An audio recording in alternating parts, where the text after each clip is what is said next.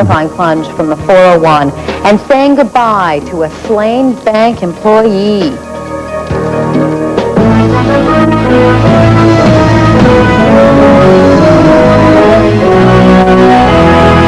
Welcome back. Mayor Mel Lastman has just unveiled a new emergency plan to tow away cars to clear the streets this weekend. Monica Kim will have details of that story in just a moment. But first, an update on a breaking story beneath the 401. Brian Hatchell joins us live with more on a truck driver's 180-foot plunge from an overpass on the 401. Brian? Beverly, I'm standing here just outside the entrance to the Don Valley Golf Course, where rescue crews were called this afternoon to what can only be described as a dramatic single vehicle accident. Around 3:30 this afternoon, a cube van was traveling westbound on the 401 Express when the driver lost control for some unknown reason. He went through the railings and plunged 180 feet to the golf course below.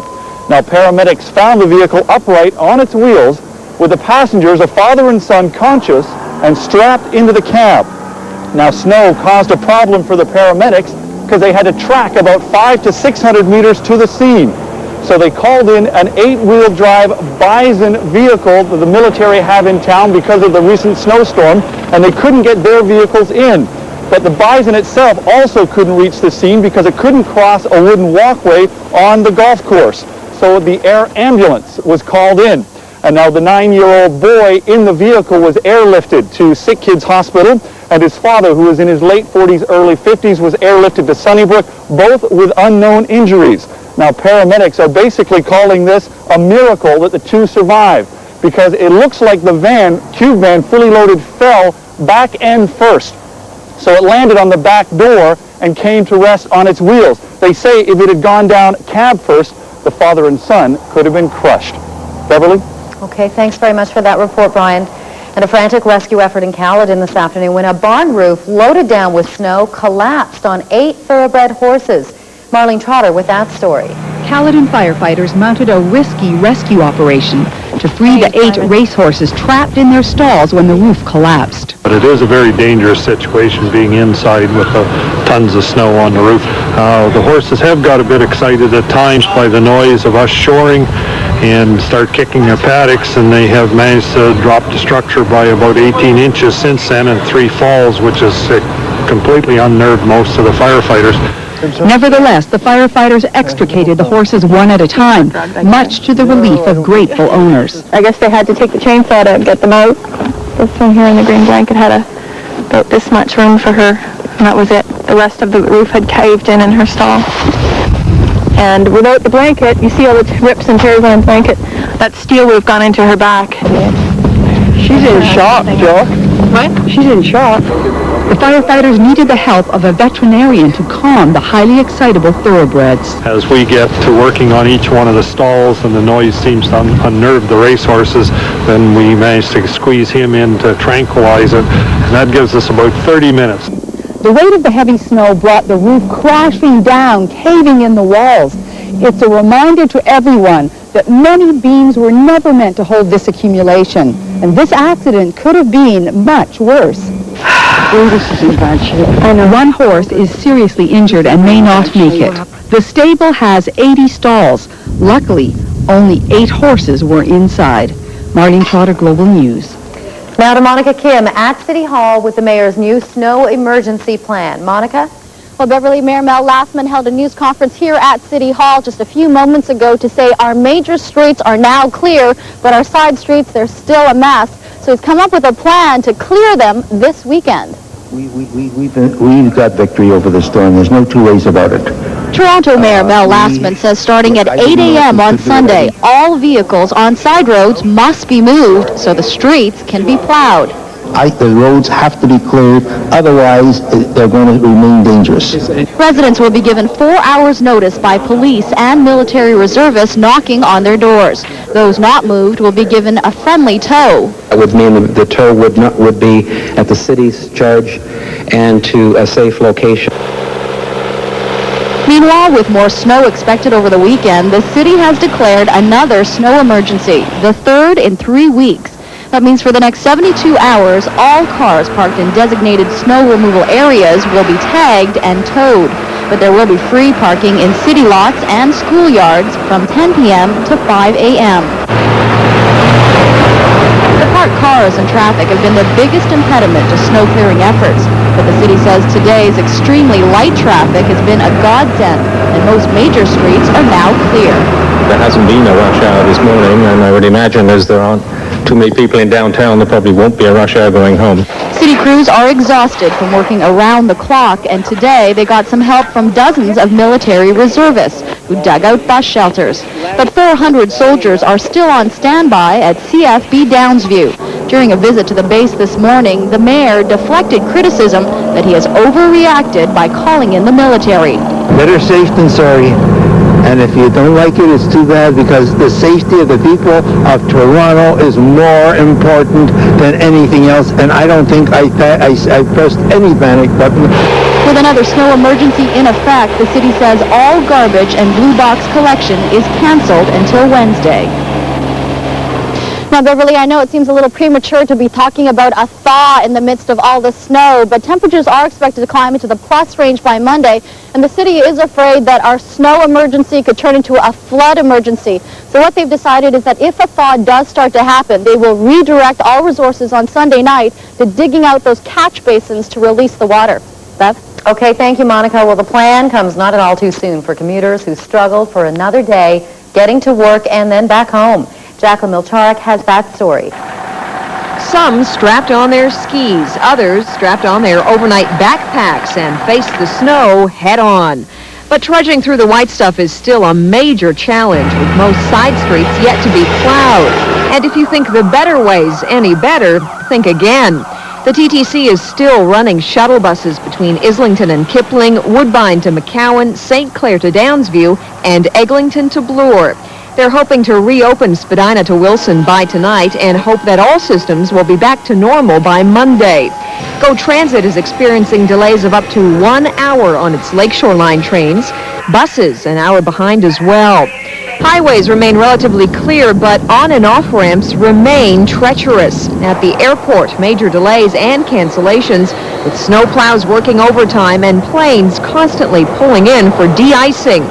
Still, amidst all the chaos, Mel Lastman found time to have a little fun in this winter wonderland, a way of saying thanks to some 400 full-time soldiers that remain on standby while reservists shovel out bus shelters and the Army's 4 Bisons assist in emergencies.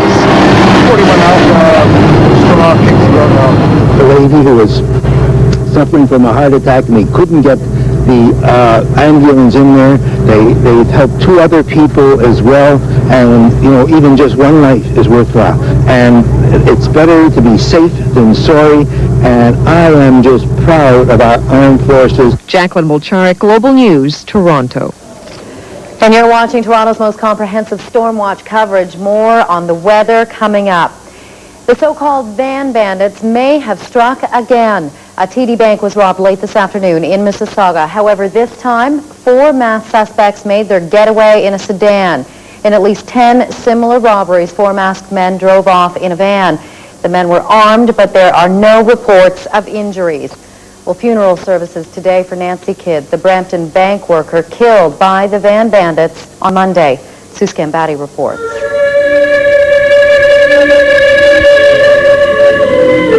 It's totally unexpected to have somebody that's completely innocent ripped from the family. It's obviously torn them apart.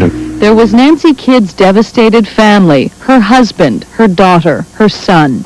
There were 1,000 mourners, including hundreds of TD Bank employees.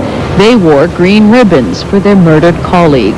Everyone thought a wonderful and small token of our expression of sympathy would be for everyone to wear a green ribbon today. So everywhere across the country, you'll see that today. Homicide officers, Peel's police chief, and Toronto hold-up squad detectives were also there. A grim reminder, although none was needed, of the terrible crime that brought everyone to this tearful place. 44-year-old Kidd was shot to death on Monday during a hold-up at her Brampton bank.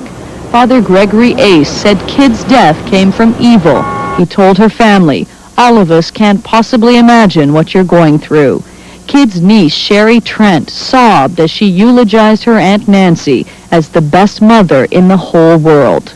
Obviously, the nature of the service that we just experienced really brings home the breadth of the human tragedy that's involved in a crime like this. Police are still trying to identify the so-called van bandits, the gang believed responsible for the tragedy. Anyone with information, however insignificant it may seem, is urged to call police. Sue Scambatti, Global News, Brampton. Still ahead tonight on First National. First it was Toronto, now Ottawa and Montreal get their own winter snowstorms. And training the best of the best when it comes to avalanche search and rescue. Those stories and more still ahead on First National.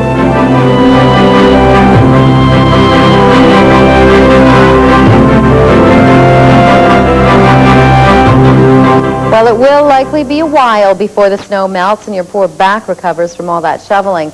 But Rob Davidson found a tonic for the snowstorm blues, and it's called fun. Watch out below! Toboggans, snowboards, and inner tubes. Snowstorm is amazing, man. Canada rules. You can't dig the snow, man. Dig yourself out of it, one or the other. Torontonians can cope with a snowstorm. The dogs know how to dress. The skiers shush through the streets. We ski down the Don Valley, came along by the river there and helped lower the thing, and we're just trying out the tobogganing hill. We're intrepid. We're intrepid in the city. This is Canada. It's been like this for 5 million years out here. I don't know why everyone's so panicked. And where else can you see guitarists playing in the snow? Allen's Gardens in downtown Toronto has been an oasis of green in the middle of the snow since 1909. Just the temperature is so warm in here, and where would you see such greenery and beautiful plants on such a cold winter Canadian day? And they're very popular, especially with new immigrants, with ESL students. They love to come here and see plants that are familiar to their countries. It makes them feel at home. Of course, another alternative to freezing in the cold is a tanning salon. It's the first time I've been warm all week. Toronto is part of Canada. And no matter what the rest of the country says, we do know how to deal with winter. Like right here at the Hilton Pool in beautiful downtown Toronto. Looks nice, doesn't it? This is my idea of a winter afternoon. Rob Davidson, Global News, Toronto. And we thought he was working today, going out, getting the stories. Look at that. Life's tough. For him, okay. Well, Toronto has moved down a list of international cities, but that's a good thing. And Sean O'Shea is here with Business and Consumer News. Sean? Bev, this list ranks the most expensive cities in the world as prepared by an arm of The Economist magazine, and many Canadian cities, Toronto included, are now considered a better bargain. That's first tonight on The Money. 4 of Canada's major cities are now more affordable than they were a year ago. A new report of World Cities ranks Toronto the 76th most expensive city. It was 71st on the list a year ago. Vancouver is 72nd, down from 63rd.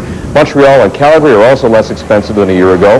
Why the change? Mostly the diminished value of our Canadian currency, which makes our cities more attractive to international companies locating their workers abroad. 3 most expensive cities to live, according to the Economist Intelligence Unit, which prepared the survey. Tokyo is number 1, Osaka, Japan, number 2, Hong Kong ranks 3rd. Well, the discount brokerage of Scotiabank says it's about to revolutionize the mutual fund industry. Tall tale, Scotiabank this morning launched a program to give a 2.5% bonus to investors when they buy one of 400 back-end load mutual funds. The incentive is aimed at rewarding investors who do the work of a traditional broker. And the deal is up to 3% if somebody buys their investment over the internet. Investor. We really do believe it will be very widely accepted by Canadians, and we expect significant gains in terms of investors who deal with us on this program. One catch: to get the 2.5% bonus, you have to invest at least $2,500 in a fund. Expect other discount brokerages to unveil similar programs in the months ahead. Well, the TSE was open for business today, snow or no snow. TSE 300 index was up 165. Montreal's market climbed 94. New York climbing 219, making up just about exactly for yesterday's losses. The NASDAQ gained 71. The Canadian dollar, it was unchanged today at 65.45 cents U.S. And that is on the money for tonight. Bev, time to go home and shovel some snow. Yeah, I guess it's going to take all weekend and then some. Thanks, Sean. Have a good weekend. Over now to Susan Hay in the Weather Center. Well, Well, first of all, I want to say that compared to the last couple of days across the lower lakes in terms of high wind chill values, that this weekend is going to feel fabulous. But in terms of all the snow starting to melt and that big thaw, it's really not going to happen. Temperatures, yes, will be very mild, -2 to maybe 0 in the extreme southwest, and maybe 2 degrees only in the extreme southwest. Everybody else will stay freezing or below the freezing mark, and then we're going to get colder again next week, or at least seasonal values, but not enough to start melting the snow in the next 24 hours. So let's put that to bed and tell you about the rest of the weekend. And yes, we've got a lot of work ahead of us. We've got a little more snow in the forecast, and some of that will start tonight across the lower lakes. We're in between systems. This system is going to move across the lower lakes and really heading towards cottage country.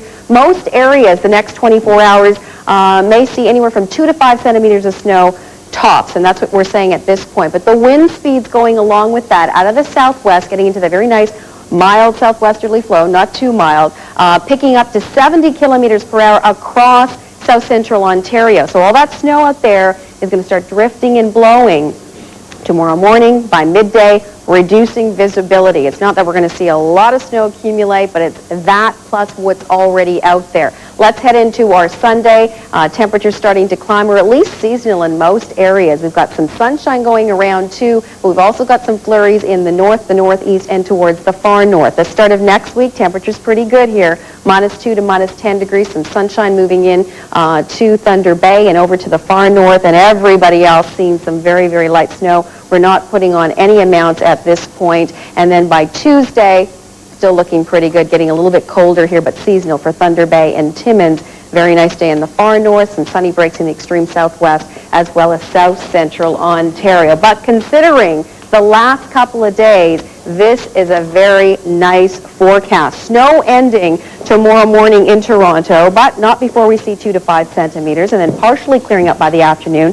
Now tomorrow the winds will come out of the southwest to 40, and then by midday we'll have gusts to 70, causing drifting and blowing snow, reducing visibility. Some scattered afternoon flurries on Sunday, periods of snow on Monday. We're not saying how much at this point, and seasonal readings both Monday, Tuesday, and Wednesday, -2, -4, and then you can see Tuesday and Wednesday, nice ridge of high coming in. We get a little bit of sunshine. But the reason, Bev, all this went so well, you know, because of the warnings and thanks to Environment Canada and all that coverage, and because people stayed home and stayed off the roads. That's right. Or it could We're have staying been. home getting ready for the football game. Absolutely. And Jim's going to have more on all those football games when we come back. Don't go away.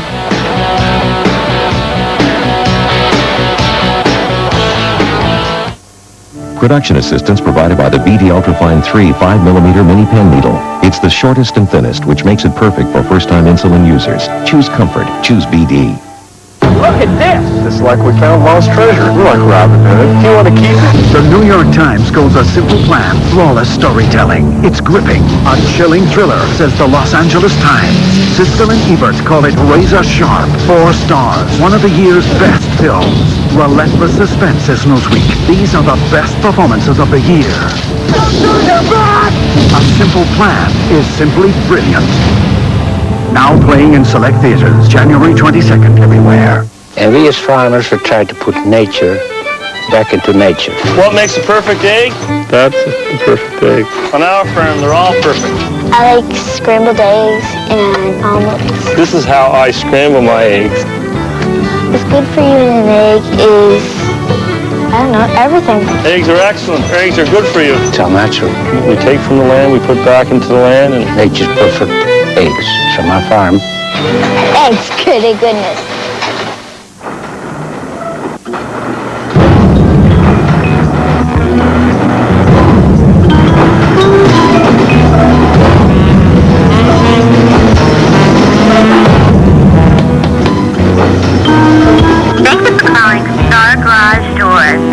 During normal business hours. Bye-bye. Give your customers the help they need whenever they need it with a self-service website by IBM. This is Brian. He's a teacher, and his classroom's cold and noisy. Seems he's always picking up our Brian. He's got patience, and he likes to give everyone a shot at something big. When Brian wants to slap away a hungry thirst, he turns to milk. Good as cold ever tasted. Gets energy, gets 15 essential nutrients. Ask Brian. And he might say, drink milk, love life.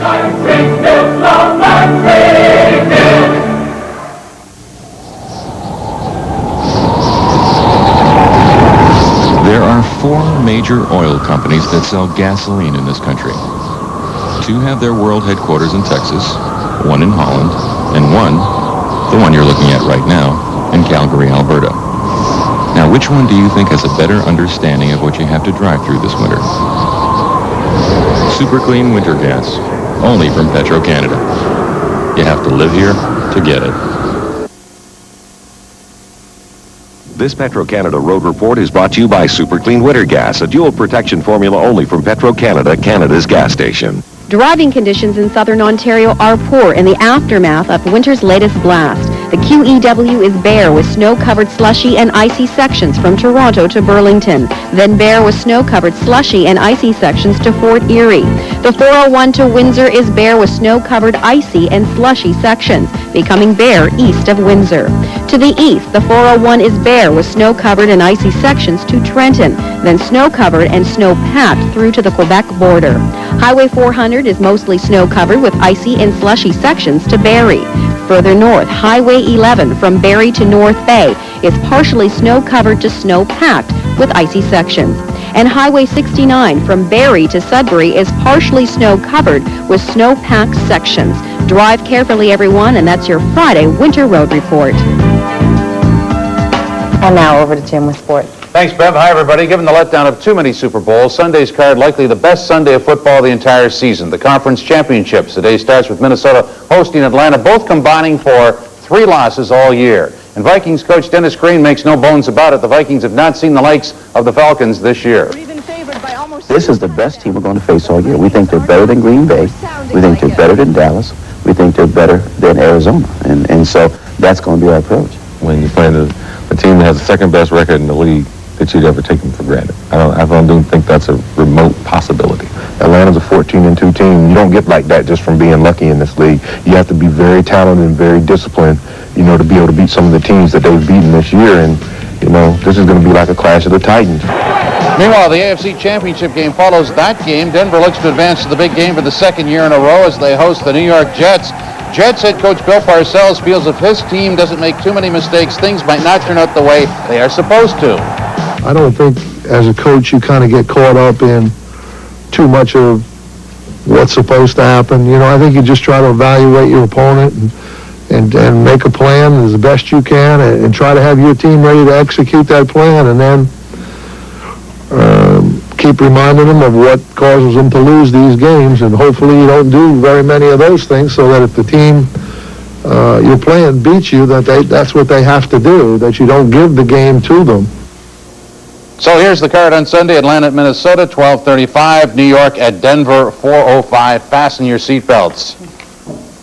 Tomorrow night, Mike Tyson comes out to fight Frans Botha of South Africa. So far this week, Iron Mike has been his old self, which is socially unacceptable out of the ring. Either way, he is ready to rumble. As you alluded to, whatever happens, happens. I'm just ready to fight. I don't think about anything intimidating. I intimidate them by hitting them. I don't intimidate them by staring them in the eye. I'm too experienced fighter for that. He's not talking to a child or an amateur. I respect his power, but it doesn't intimidate me. I believe Mike Tyson is victorious anyway out there right now. It's still the best, the very last. Me beating Mike Tyson will really put me away. Well, if you are tired of looking at the white fluffy snow, or perhaps tired of moving the white fluffy snow, we have some green. Not money. Golf in the sunny south as the LPGA circuit starts up for another year.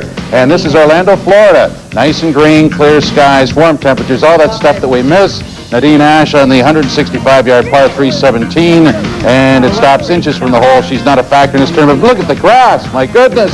Now Annika Sorenstam gets the birdie here, finished the day at 303 back of the co-leaders, Nancy Lopez and Katrina Matthew. Here's Jane Crafter's birdie shot in 18. It's good. She finished at 500, just 1 stroke back of the leaders. I think that grass needs a little trim. More tonight on Sportsline at 11:30. I think so, too. It looks gorgeous, though. Thanks, Jim. John Oakley will join us with some story thoughts when we come back. Closed captioning is brought to you by new Coated Aspirin Super Extra Strength 650 milligram, specifically developed for your toughest arthritis pain. The Heart and Stroke Lottery is already 50% sold out. Doctor, I dreamt it again. This time I won even more. Win 3 grand prizes of $1 million each. 3. I was rich. Over 8,000 more cash prizes. Rich. Plus 41 cars like Jaguar, Lexus, BMW. They're already 50% sold out, so get your $100 ticket while you still can. So, Doctor. Tickets are running out. Call now. Odds are 1 in 25 you'll win in the Heart and Stroke Lottery. Now at the Brick, for what you might expect to pay for a Sealy queen-size mattress only, you'll get the mattress and the box spring. This Sealy special queen-size mattress and box spring, both pieces, now half price, only $3.99. Sealy, Serta, and Simmons for less. Nobody beats the Brick. 2 full years. Now through this weekend at the Brick. Ask how you can make no down payment and take 2 full years to pay on everything in the store. Plus, receive Air Miles reward miles with every purchase. 2 full years to pay. Nobody beats the Brick. Maalox knows. Sometimes the foods that tempt us can also come back to torture us with painful heartburn. If you've got heartburn, boy, have we got relief fast. Maalox. Mighty fast relief. And to control acid for up to 9 hours, try new Maalox H2 acid controller. Night on Global. You love it. On FQN. You hate it. I thought what we had was special. You can't wait to grow up. You wish you could stay a child forever. I don't want another friend. I want a father. Dawson's Creek. Global's got it. Sunday is a great TV night on Global. Sunday night just wouldn't be Sunday night without The Simpsons and The X-Files. And yes, The Practice is the hottest courtroom drama going. Where else but Global for great TV Sunday?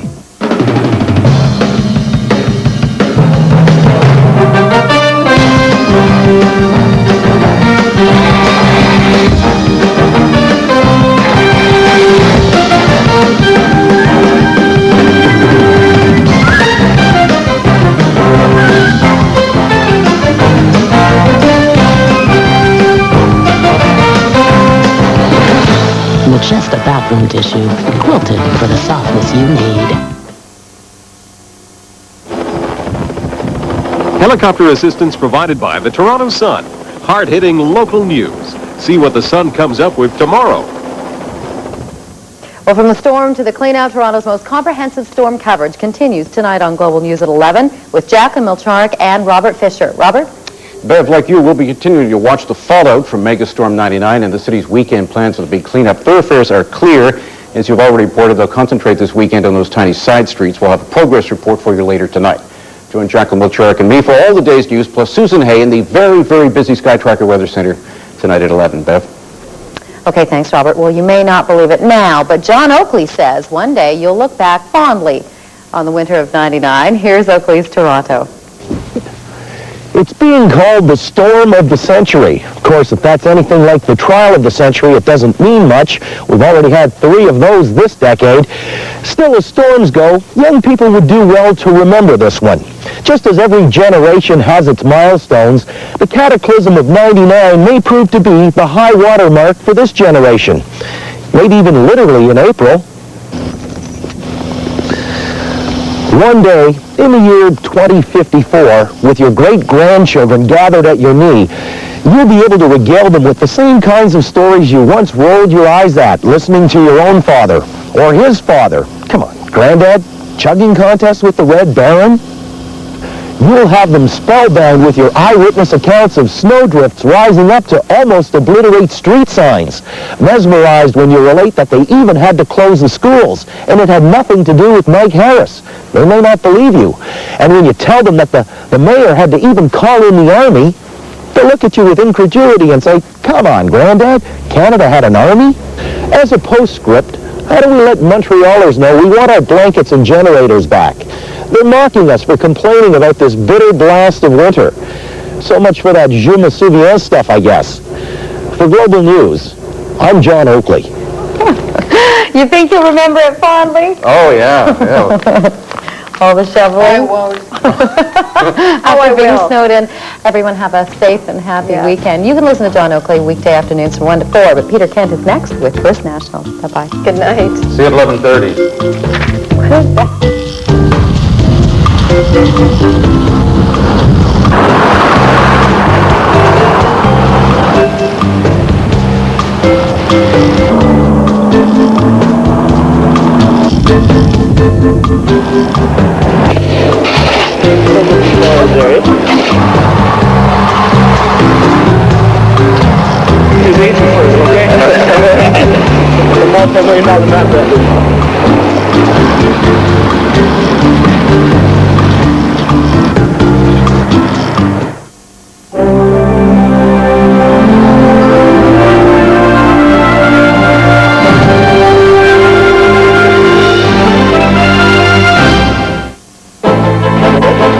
Tonight on First National, a dubious record achieved, Toronto digs out.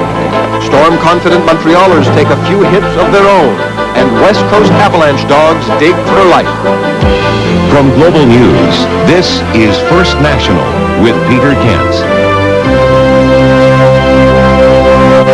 Good evening, our lead story. Torontonians emerge from overnight hibernation and begin digging out. Reserve troops were deployed with shovels as officials of Canada's snow-clogged metropolis declared yet another snow emergency. The latest tonight from Global's Sean Mellon. It hardly seemed like the heart of Canada's biggest city at rush hour. Downtown Toronto was eerily quiet this morning. The snow just keeps coming. I hear it's going to snow on Saturday and again on Monday. This won't stop. Many businesses were closed, many commuters stayed home, while others filled downtown hotels last night. It took a bit of Nordic spirit to make your way into work. They thought we should be open today, so trekking through the snow going to work. On a normal day, Toronto generates $300 million worth of economic activity. But this is anything but a normal day. No one's added up yet exactly how much business has been buried under the snow. The ones who sell shovels have done well. Other than that, it's been, I think it's really been devastating to the retail business. Army reservists helped shovel snow from bus stops and seniors' sidewalks. The force's Bison vehicles were out overnight carrying ambulance crews to calls on snow-covered streets. Poor driving conditions may have contributed to this scary accident. A truck went through a guardrail on Highway 401 and plummeted 60 meters to a golf course below. The driver and his 9-year-old son were conscious when taken to hospital. Northwest of the city, the roof of a horse barn collapsed under the weight of snow. 6 racehorses were seriously injured. In my life. We've always had horses all my life, and these ones are supposed to be our money makers, right, Jimmy? Once again, parts of the subway system were shut down because of snow on the tracks, and Pearson Airport continued to operate at a fraction of capacity. The snow was a welcome friend for Toronto children. All the schools were closed, and the sledding conditions were terrific. I like it. Why? I don't have to do any work. No such luck for kids in York Region, north of the city. Their schools stayed open. And here's a bit of news that the rest of Canada will surely find delicious. Prince Edward Island has agreed to send 15 large snowblowers to Toronto to help dig out. They're due here on the weekend, Peter. And late today, Sean, one byproduct of Toronto's snow saga, a new snow plan.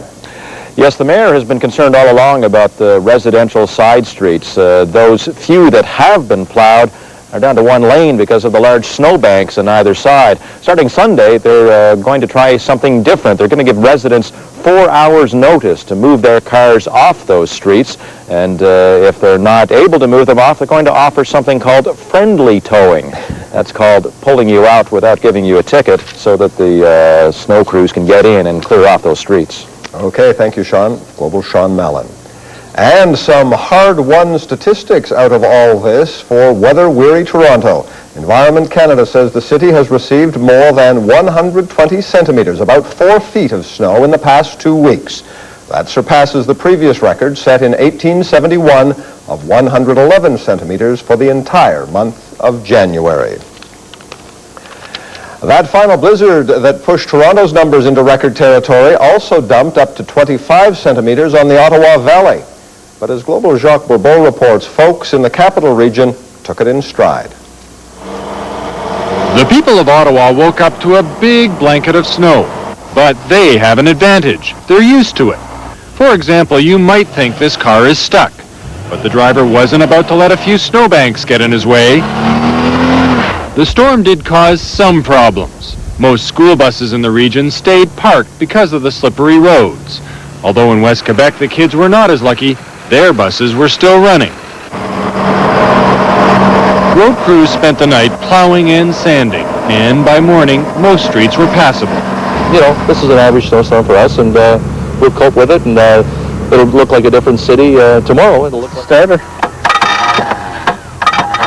Tow trucks have been busy the past few days. First came the freezing temperatures, then the snow.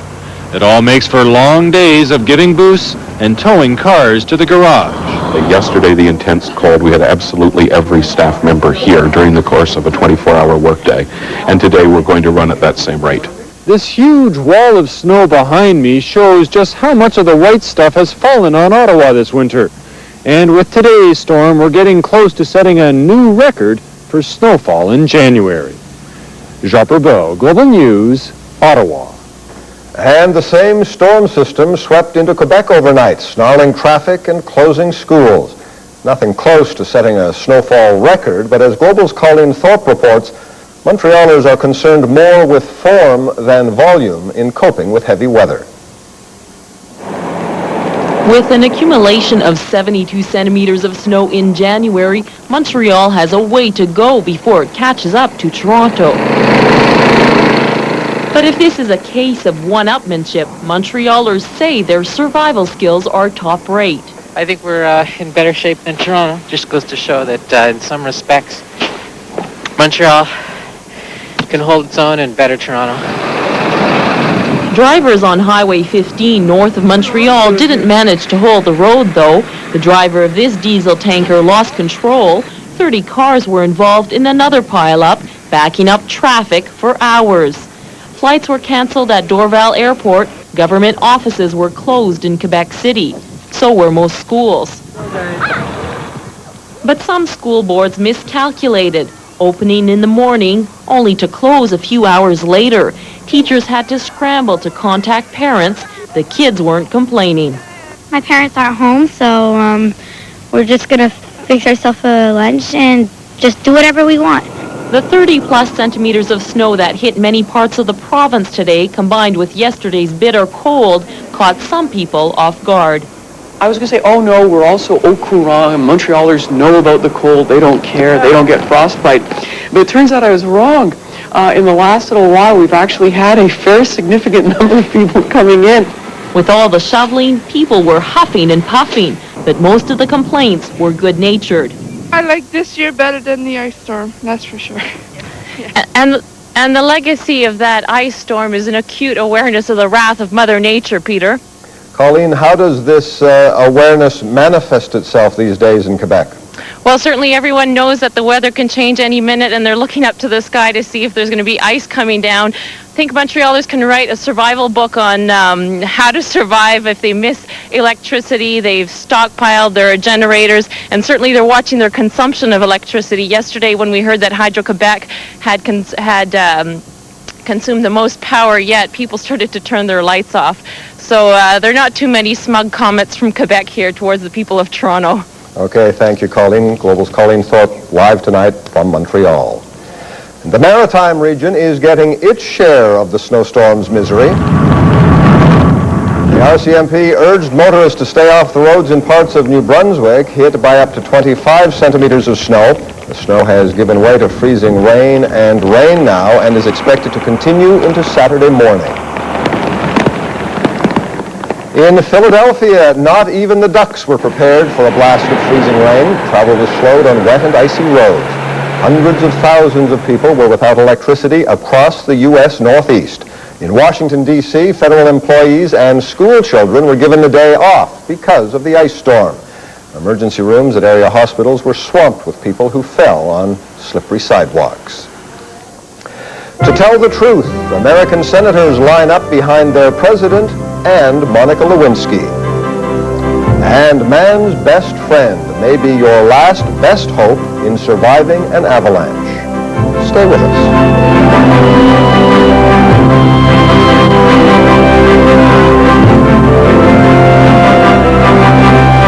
Promotional consideration provided by Sir Sam Ski Area. Great skiing and snowboarding await you in the beautiful...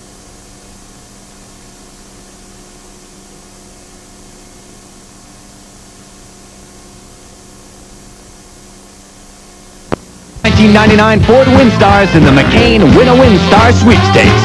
You could be rolling down the highway in one of 5 brand new $19.99